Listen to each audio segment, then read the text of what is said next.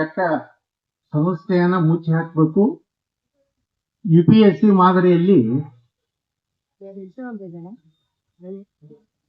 ಅವರ ಏನು ಒಂದು ಮೆರಿಟ್ ಇದೆ, ಅವರ ಅರ್ಹತೆಯೇ ಅಳತೆಗೋಲ್ ಮೇಲೆ ಪಾರದರ್ಶಕವಾಗಿ ಈ ರಾಜ್ಯದಲ್ಲಿ ನೇಮಕಾತಿಗಳಾಗಬೇಕು ಅನ್ನುವಂತ ಹೋರಾಟವನ್ನು ನಾನು ವಿಧಾನಸಭೆಯಲ್ಲಿ ಸಾಕಷ್ಟು ಸಲ ನಮ್ಮ ಸರ್ಕಾರ ಇದ್ದಾಗನೂ ನಾ ಮಾಡಿದ್ದೇನೆ.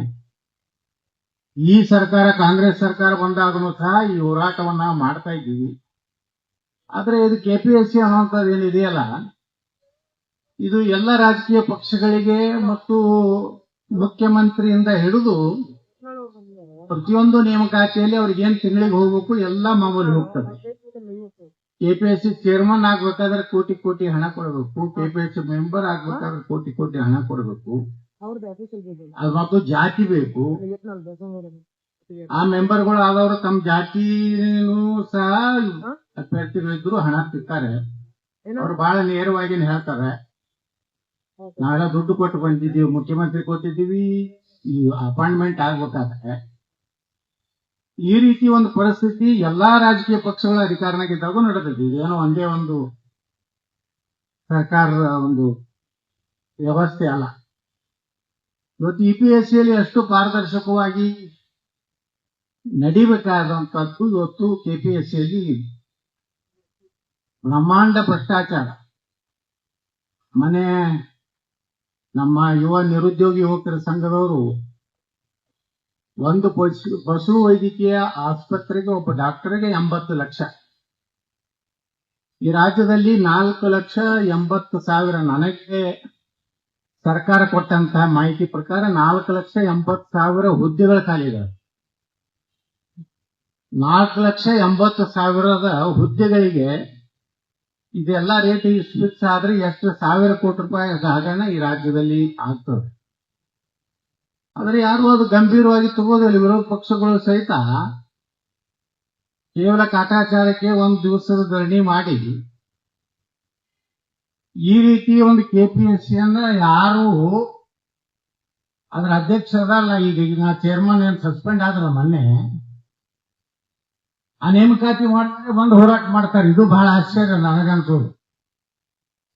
ನಾ ಹೇಳಿದ್ದೇನಲ್ಲ, ಅವ್ನು KPSC ಚೇರ್ಮನ್ ಮನೆಯಾಗ ಗಾಂಧಿ ಮುತ್ಯಂದು ಫೋಟೋ ಇಲ್ಲ, ಪ್ರಧಾನಮಂತ್ರಿಗಳದ್ದು ಫೋಟೋ ಇಲ್ಲ, ಮುಖ್ಯಮಂತ್ರಿದಿಲ್ಲ, ಅಲ್ಲಿ ಇರುವುದು ಅಪ್ಪ ಮಗನ ಫೋಟೋ. ಅಂದ್ರೆ ಎಷ್ಟು ಆ ಭ್ರಷ್ಟಾಚಾರ ಆದರೂ ಸಹಿತ ಇವತ್ತು ನಮ್ಮ ನಿರುದ್ಯೋಗ ಯುವಕರಿಗೆ 80 ಲಕ್ಷ ಕೊಟ್ಟು, 1 ಕೋಟಿ ಕೊಟ್ಟು, 2 ಕೋಟಿ ಕೊಟ್ಟು ಅಸಿಸ್ಟೆಂಟ್ ಕಮಿಷನರ್ ಆಗ್ಬೇಕು, DSP ಆಗ್ಬೇಕು.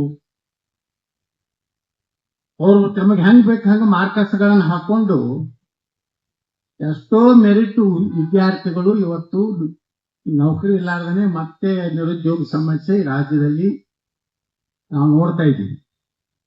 ಮೊನ್ನೆ ಒಬ್ಬ KPSC ಚೇರ್ಮನ್ ವಾರ್ಷಿಕ ಆದಾಯ ಕೇವಲ 40,000 ರೂಪಾಯಿ ಹೇಳಿ ತಹಸೀಲ್ದಾರ್ನಿಂದ ಒಂದು ಆದಾಯ ಪತ್ರಿಕೆಯನ್ನು ತಗೋತಾನೆ, ದಾಖಲೆಯನ್ನು ತಗೊಂಡು ತಾನೇ KPSC ಚೇರ್ಮನ್ ತನ್ನ 2 ಹೆಣ್ಮಕ್ಕಳನ್ನ ನೇಮಕಾತಿ 3rd BA ಮಾಡ್ಕೋತಾನೆ. ಒಬ್ಬ KPSC ಚೇರ್ಮನ್ ಒಂದು ತಿಂಗಳದ ಭತ್ತೆಯನ್ನು ಸೇರಿದ್ರೆ ಸುಮಾರು 2.5 ಲಕ್ಷ ರೂಪಾಯಿ ಇದೆ. ಈ ರೀತಿ ಒಬ್ಬ KPSC ಚೇರ್ಮನ್ನೇ ಇಂತ ವ್ಯವಹಾರ ಮಾಡಿದಾಗ, ಅಲ್ಲಿ ಪ್ರಶ್ನೆ ಮಾಡದಾಗ ಇರುವುದ ಸಂದರ್ಭದಲ್ಲಿ ನಾನು ಇವತ್ತು ಹೈಕೋರ್ಟ್ಗೆ ಒಂದು ಮನವಿಯನ್ನು ಹಾಕಿದ್ದೇನೆ. ಇವತ್ತು ಆಗ್ಬೇಕಾಗಿತ್ತು. ಇವತ್ತು ಮೊನ್ನೆ ನ್ಯಾಯಾಲಯದಲ್ಲಿ ಸಹ ಸುದೀರ್ಘವಾಗಿ ಚರ್ಚೆಯಾಗಿದೆ. ಗೌರವಾನ್ವಿತ ನ್ಯಾಯಮೂರ್ತಿಗಳು ಸಹ ಆಶ್ಚರ್ಯ ವ್ಯಕ್ತಪಡಿಸಿದ್ದಾರೆ. ಒಬ್ಬ KPSC ಚೇರ್ಮನ್ ಸರ್ಕಾರದ ವರಮಾನ ಎಷ್ಟಿದೆ, ವಾರ್ಷಿಕ ವರಮಾನ ಆ ಕುಟುಂಬದ ಅಂದ್ರೆ 40,000 ಹೇಗೂ ತಗೊಂಡು ಸರ್ಟಿಫಿಕೇಟ್ ಅನ್ನುವಂಥದ್ದು ಸಹ ಇದು ಬಹಳ ಬಹಿರಂಗವಾಗಿ ಭ್ರಷ್ಟಾಚಾರ. ಮತ್ತು ಅವ್ರಿಗೆ ಈಗ ಯಾರ್ದು ಬೆಲೆನೇ ಇಲ್ಲ. ಯಾರು ಹೇಳ್ತಾರೆ ಎಲ್ಲರಿಗೂ ದುಡ್ಡು ಕೊಡ್ತೀವಿ, ಎಲ್ಲರಿಗೂ ಪಾಲಿದೆ ಅನ್ನೋಂಥ ದಿಮಾಕಿನಿಂದ ಮಾತಾಡ್ತಾರೆ.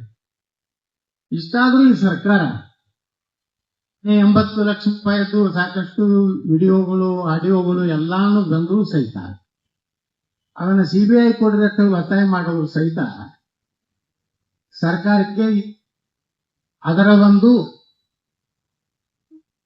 ಒಂದು ಸೀರಿಯಸ್ನೆಸ್ ಇಲ್ಲ. ಅದಕ್ಕನೇ ನಾವು ಹೈಕೋರ್ಟ್ ಹೋಗಿದ್ದೀವಿ. ನಾನು ಅದರಲ್ಲಿ ನಾನು ಮತ್ತು ವಿದ್ಯಾರ್ಥಿ ಸಂಘದವರು ಇಬ್ರು ಸೇರಿ ಹೈಕೋರ್ಟ್ನ ಮೊರೆ ಹೋಗಿದ್ದೀವಿ. ನಡೀತಾ ಇದೆ ಕೋರ್ಟ್ನಲ್ಲಿ. ಬಹುಶಃ ಇವತ್ತು ನಡಿಬೇಕಾಗಿತ್ತು. ಏನೋ ಬಹುಶಃ ಸರ್ಕಾರ ತಮ್ಮ ಒಂದು ಅವಧಿ ಇನ್ನೊಂದು ನಮಗೆ ಅವಕಾಶ ಕೊಡ್ರಿ ಅಂತ ಹೇಳಿ ತಳ್ಳುವಂತ ಒಂದು ವ್ಯವಸ್ಥಿತವಾಗಿ ಪಿತೂರಿಯನ್ನು ರಾಜ್ಯ ಸರ್ಕಾರ ಮಾಡ್ತಾ ಇದೆ. ಆದ್ರೆ ಒಂದು ಮಾತು ಹೇಳ್ತೇನೆ, ಇವತ್ತಿನ ಅಖಿಲ ಭಾರತ ವಿದ್ಯಾರ್ಥಿ ಪರಿಷತ್ನವರು ಈ ಒಂದು ಅತ್ಯಂತ ಪಕ್ಷದ ನಮ್ಮ ಯುವಕರನ್ನ, ನಿರುದ್ಯೋಗ ಯುವಕರಿಗೆ, ಅಂತ ಯುವಕರಿಗೆ ಅವರ ಅರ್ಹತೆ ಮೇಲೆ, ಅವರ ಮೆರಿಟ್ ಮೇಲೆ ನೌಕರಿ ಆದರೆ ಅವಾಗ ಮಾತ್ರ ಈ ರಾಜ್ಯದಲ್ಲಿ ಭ್ರಷ್ಟಾಚಾರದಲ್ಲಿ ಗಣನೀಯ ಪ್ರಮಾಣದಲ್ಲಿ ಇಳಿಲಿಕ್ಕೆ ಸಾಧ್ಯತೆ. ಇಲ್ಲಾಂದ್ರೆ 2 ಕೋಟಿ ರೂಪಾಯಿ ಕೊಟ್ಟಂತ ಒಬ್ಬ ಅಧಿಕಾರಿ ಅವ ಬಂದ ಮೇಲೆ ಅವ ದುಡ್ಡು ತಿಲ್ಲದೆ ಮತ್ತೊಂದು ಹಾದಿನೇ ಇಲ್ಲ. ಯಾಕಂದ್ರೆ ಎಲ್ಲ ಬಡದ ಕುಟುಂಬ, ಸಣ್ಣ ಹಳ್ಳಿಯಲ್ಲಿ ಇರುವಂತಹ ಮಕ್ಕಳಿಗೆ ಇಷ್ಟು ಹಣ ಕೊಟ್ಟು ಈ ಒಂದು ನೌಕರಿ ಸೇರುವಂತ ಪರಿಸ್ಥಿತಿ ಇಲ್ಲ. ನಾವು ಮಾಡ್ತಾ ಇದ್ದೀವಿ. ಹೈಕೋರ್ಟ್ ನಲ್ಲಿ ನಡೀತಾ ಇದೆ. ಅಲ್ಲಿ ಹೈಕೋರ್ಟ್ ನಲ್ಲಿ ನಾವು ವಿನಂತಿ ಮಾಡ್ಕೊಂಡಿದ್ದೀವಿ, ಈ ಪ್ರಕರಣವನ್ನ ಸಿಬಿಐ ಕೊಡಬೇಕು.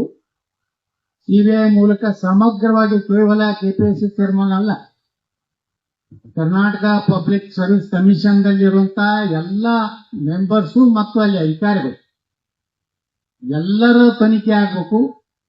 ಅವ್ರು ಎಲ್ಲೆಲ್ಲಿ ಅಕ್ರಮ ಆಸ್ತಿ ಮಾಡಿದ್ದಾರೆ ಅನ್ನುವಂಥದ್ದು ತನಿಖೆ ಆಗ್ಬೇಕು. ಅವೆಲ್ಲ ಹಾಕೊಂಡು ಸರ್ಕಾರ ಕೆಪಿಎಸ್ಸಿಯನ್ನ ವಿಸರ್ಜಿಸಿ ಯುಪಿಎಸ್ಸಿ ಮಾಡೆಲ್ ಅನ್ನ ಮಾಡಿಕೊಂಡು ಈ ರಾಜ್ಯದಲ್ಲಿರುವಂತಹ ಕಟ್ಟ ಕಡೆಯ ಮನುಷ್ಯ, ಬಡವ ಅಂತ ನಿರುದ್ಯೋಗಿಗೆ ನೇಮಕಾತಿ ಅವಕಾಶ ಸಿಕ್ಕಾಗ ಮಾತ್ರ ಕರ್ನಾಟಕದಲ್ಲಿ ಭ್ರಷ್ಟಾಚಾರ ಬಗ್ಗೆ ಮಾತಾಡುವ ನೈತಿಕ ಹಕ್ಕು ಈ ರಾಜಕಾರಣಿಗಳಿಗಿರ್ತದೆ, ಎಲ್ಲರಿಗಿರ್ತದೆ. ಇಂಥ ಪರಿಸ್ಥಿತಿಯಲ್ಲಿ ತಾವೇನು ಇವತ್ತು ಹೋರಾಟ ಮಾಡ್ತಾ ಇದ್ದೀರಿ. ನಾವೊಂದ್ ಕಡೆ ಹೈಕೋರ್ಟ್ ನಲ್ಲಿನೂ ಇದನ್ನ ಪ್ರಶ್ನೆ ಮಾಡಿದ್ದೀವಿ. ನಾಳೆ 13ನೇ ತಾರೀಕಿನಿಂದ ವಿಧಾನಸಭೆ ಪ್ರಾರಂಭ ಆಗ್ತದೆ. ಆ ವಿಧಾನಸಭೆ ಪ್ರಾರಂಭ ಆದಾಗ ಮತ್ತೆ ಕೆಪಿಎಸ್ಸಿ ಬಗ್ಗೆ ನಾವೆಲ್ಲ ಚರ್ಚೆ ಮಾಡ್ತೀವಿ. ಅವಾಗ ಯಾರ್ಯಾರು ವಿರೋಧ ಪಕ್ಷದವರು ಏನೇನು ಮಾತಾಡ್ತಾರ ನೋಡೋಣ. ಅವಾಗ ನಿಮಗೂ ಗೊತ್ತಾಗ್ತದೆ ಯಾರ್ಯಾರು ವಿರೋಧ ಪಕ್ಷದವರು ಎಷ್ಟು ಇದ್ರ ಮೇಲೆ ಸೀರಿಯಸ್ ಅದಾರ ಅನ್ನೋದು ಗೊತ್ತಾಗ್ತದೆ. ಮತ್ತೆ ಯಾರ ಕಾಲದಲ್ಲಿ ಈ ಕೆಪಿಎಸ್ಸಿ ಮೆಂಬರ್ಗಳು ಚೇರ್ಮನ್ ಅಪಾಯಿಂಟ್ಮೆಂಟ್ ಆಗ್ಯಾರ ಅನ್ನೋದು ನಾನು ಅದು ವಿಧಾನಸಭೆಯಲ್ಲಿ ಹೇಳ್ತೇನೆ. ಇವರು ಇಂಥ ಕಾಲಕ್ಕೆ ಅಪಾಯಿಂಟ್ಮೆಂಟ್ ಆದ್ರು, ಇವತ್ತಿಟ್ಟು ರೊಕ್ಕ ತಿಲ್ಲಕತ್ತಾರಂದ್ರೆ ಇವ್ರಿಗೆ ಎಟ್ಟು ಕೊಟ್ಟಿರ್ಬೋದು ಅನ್ನೋಂಥದ್ದು ಒಂದು ಚರ್ಚೆ ಒಂದು ಓಪನ್ ಆಗಿಬಿಡ್ಲಿ, ರಾಜ್ಯದ ಜನರಿಗೆ ಗೊತ್ತಾಗಲಿ. ಅಂದ್ರೆ 4,80,000 ಹುದ್ದೆಗಳನ್ನು ತುಂಬಲಿಕ್ಕೂ ಸರ್ಕಾರ ತಯಾರಿಲ್ಲ. ಈ ಪರಿಸ್ಥಿತಿಯಲ್ಲಿ ಸರ್ಕಾರಕ್ಕೆ ಎಚ್ಚರಿಕೆ ಕೊಡುವುದನೆಂದ್ರೆ, ಇದು ಒಂದು ಶಾಂತಯುತವಾದಂತಹ ಯುವಕರ ಹೋರಾಟ ಇದೆ. ನೀವು ಇದೇ ರೀತಿ ಏನೋ ಉದ್ದಟತನದಿಂದ ಬೇಕಾದಂಗೆ ಹೇಳಿಕೆಗಳನ್ನು ಕೊಟ್ಟು ನೇಮಕಾತಿಗಳಲ್ಲಿ ಇವತ್ತು ನೀಟ್ ಪರೀಕ್ಷೆಯಲ್ಲಿ ಎಷ್ಟು ನೀವು ಗಂಭೀರ ಆಗಿದ್ರಿ, ರಾಜ್ಯದ ಮುಖ್ಯಮಂತ್ರಿ ಆದಿಯಾಗಿ, ಮತ್ತೆ ನಿಮ್ಮ ಸರ್ಕಾರದಲ್ಲೇ ಅಷ್ಟು ಸಲ ಕ್ವಶನ್ ಪೇಪರ್ ಔಟ್ ಆಗಿದ್ದು, ಎಷ್ಟು ಮಂದಿ ಶಿಕ್ಷಣ ಮಂತ್ರಿ ರಾಜೀನಾಮೆ ಕೊಟ್ಟರು, ಇವೆಲ್ಲಾನು ನಾಳೆ ವಿಧಾನಸಭೆಯಲ್ಲಿ ನಾವು ಚರ್ಚೆ ಮಾಡ್ತೀವಿ. ಆದ್ರೆ ಅಲ್ಲಿ ಇಷ್ಟೇ ಈ ಸರ್ಕಾರ ಗಂಭೀರವಾಗಿ ತಗೋಬೇಕು. ಎಲ್ಲರೇ ಸುಮ್ಮನೆ ಕೊಟ್ಟಿರ್ತಾರೆ 4 ದಿವಸ, ಹೋಗ್ತಾರೆ ಒಂದು 25 ದಿವಸ ಕುಂಡ್ರಲಿ, ಮುಂದೆ ಲಾಠಿ ಚಾರ್ಜ್ ಮಾಡಿಸ್ತೀನಿ, ಅವ ಬೇಕಾದ್ರೆ ರಾಜೀನಾಮೆಗೆ ವಿಚಾರ ಮಾಡ್ತೀವಿ. ಉದ್ದಟತನದೇನು ಉತ್ತರ ಗೃಹ ಮಂತ್ರಿ ಕೊಡ್ತಾ ಇದ್ದಾರೆ. ಅವ್ರೇನ್ ತಿಳ್ಕೊಂಡಿದ್ದಾರೆ, ಮುಂದಿನ ಸಹ ಹೀಗೆ ನಾವು ಮಾತಾಡ್ಕೊಂಡು ಹೋದ್ರೆ ಕರ್ನಾಟಕದಲ್ಲಿ ಏನೂ ಆಗುದಿಲ್ಲ ಅಂತ ಹುಚ್ಚು ಪ್ರಮೇಯಲ್ಲಿ ಇರುವುದು ಬೇಡ. ಇವತ್ತು ಎಬಿವಿಪಿಯ ಈ ಒಂದು ಹೋರಾಟಕ್ಕೆ ಸಂಪೂರ್ಣ ಬೆಂಬಲ ಇದೆ. ಒಂದು ಈ ಹೋರಾಟದ ಹಿನ್ನೆಲೆಯಲ್ಲಿ ಇದು ಈಗ ಪ್ರಾರಂಭ ಆಗಿದೆ.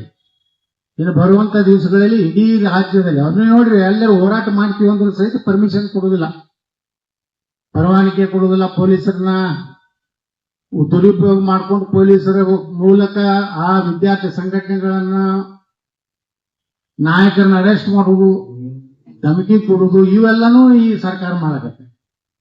ಒಂದು ಕಾಲ ಬರ್ತದ, ಯಾರ ಧಮಕಿ ಯಾರ ಅಂಜಿಗೂ ಜನ ಒಳ್ಳೆ ನಿಂತ್ರಂದ್ರ ನಿಮ್ದು ಯಾವ ಎಷ್ಟು ಸೆಕ್ಯೂರಿಟಿ ತಗೊಂಡ್ಬಂದ್ರು ಏನೂ ಆಗೋದಿಲ್ಲ. ಅವಾಗ ತಲೆ ಬಾಗಿಸಿ ವಿಧಾನಸೌಧದಿಂದ ಓಡಬೇಕಾಗ್ತದೆ. ಹಂಗೆ ನೇಪಾಳದಾಗ ಆಯ್ತಲ್ಲ, ಪ್ರಧಾನಮಂತ್ರಿನೇ ಹೆಲಿಕಾಪ್ಟರ್ಗೆ ಎತ್ಕೊಂಡು ಹೋಗೋ ಪರಿಸ್ಥಿತಿ ಆಯ್ತಲ್ಲ, ಹಂಗೆ ಮಾಡ್ಕೋಬೇಡ್ರಿ.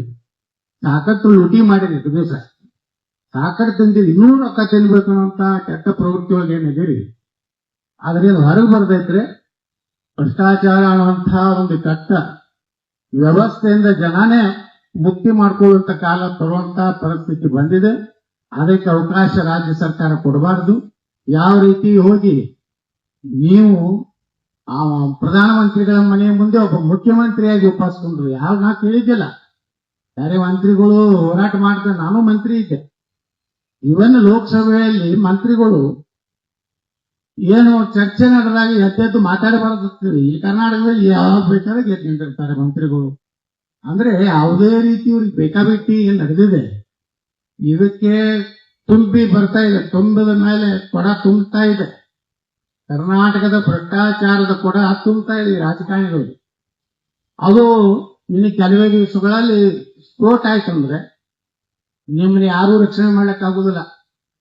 ಯಾರು ಅಲ್ಲಿ ನೀವು ಮಿಲಿಟರಿ ತಂದಿದ್ರು ನಿಮ್ಗೆ ಜನ ಬಿಡುದಿಲ್ಲ.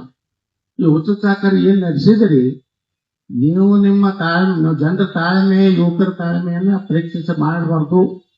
ನಾಳೆ ವಿಧಾನಸಭೆ ನೋಡೋಣ ಯಾರ್ಯಾರು ಎಷ್ಟೆಷ್ಟು ಮಾತಾಡ್ತಾರ, ಏನೇನು ವಿರೋಧ ಪಕ್ಷಗಳು ಎಷ್ಟು ಜೀವಂತಾಗಿ ಅದಾವು ಅನ್ನೋದು ಅವರ ಬಣ್ಣನೂ ಬಯಲಾಗ್ತದೆ. ಯಾಕಂದ್ರೆ ನನ್ನ ಬಳಿ ಎಲ್ಲ ದಾಖಲೆ ಅದು KPSC ತೀರ್ಮಾನ ಮಾಡಿದವ್ರು ಯಾರು, ಏನೇನಾಯ್ತು, ಅವ್ರ ಕತ್ತಿ ಏನು ಎಲ್ಲಾನು ಅವತ್ತು ನಾನು ದಾಖಲೆ ಬಿಟ್ಟಿರ್ತೀನಿ. ಚರ್ಚೆ ಆಗ್ಲಿ. ಕರ್ನಾಟಕದಲ್ಲಿ ಒಂದು ಒಳ್ಳೆಯ ವ್ಯವಸ್ಥೆ, ಸರ್ಕಾರ, ಒಬ್ಬ ಒಳ್ಳೆಯ ಮುಖ್ಯಮಂತ್ರಿ ರಾಜ್ಯಕ್ಕೆ ಬೇಕಾಗಿದೆ. ಈ ಹಗಲು ದರೋಡೆ ಮಾಡುವ ಮುಖ್ಯಮಂತ್ರಿಗಳು, ಈ ದರೋಡೆ ಮಾಡುವಂತ ಮಂತ್ರಿಗಳು ಕೂಡ್ಕೊಂಡು ಇವತ್ತು ವ್ಯವಸ್ಥೆ ಪೂರ್ತಿ ಬಿಹಾರಕ್ಕಿಂತ ಏನ್ ಕಡಿಮೆ ಇಲ್ಲ ಭ್ರಷ್ಟಾಚಾರದಲ್ಲಿ ಕರ್ನಾಟಕ. ಇವತ್ತು ಆ ಪರಿಸ್ಥಿತಿಗೆ ಬರಬೇಕಾದ್ರೆ ಅದರ ಹಿನ್ನೆಲೆಯಲ್ಲಿ ನಮ್ಮ ಹೋರಾಟ, ನಿಮ್ಮ ಹೋರಾಟ ಇರಲಿ. ಒಂದು ಕಾಲ ಬತ್ತು ಅಂದ್ರೆ ನಮ್ಮ ಕೈ ಕೊಟ್ಟಿವಂದ್ರೆ ಈ ಸರ್ಕಾರ ಉರುಳಿ ಹೋಗುವವರೆಗೆ ಈ ಸರ್ಕಾರ ಈ ಒಂದು ಹೋರಾಟ ಮುಂದೆ ನಡೆಸಿರಿ. ಇಡೀ ಒಂದು ವ್ಯವಸ್ಥೆ ಬದಲಾವಣೆ ಆಗುವಂತದ್ದನ್ನ ತರುವಂತ ಕಾಲ ಬರ್ತದೆ ಅಂತ ಹೇಳಿ ನಾನು 2 ಮಾತು ಮುಗಿಸ್ತೀನಿ. ಜೈ ಹಿಂದ್, ಜೈ ಕರ್ನಾಟಕ.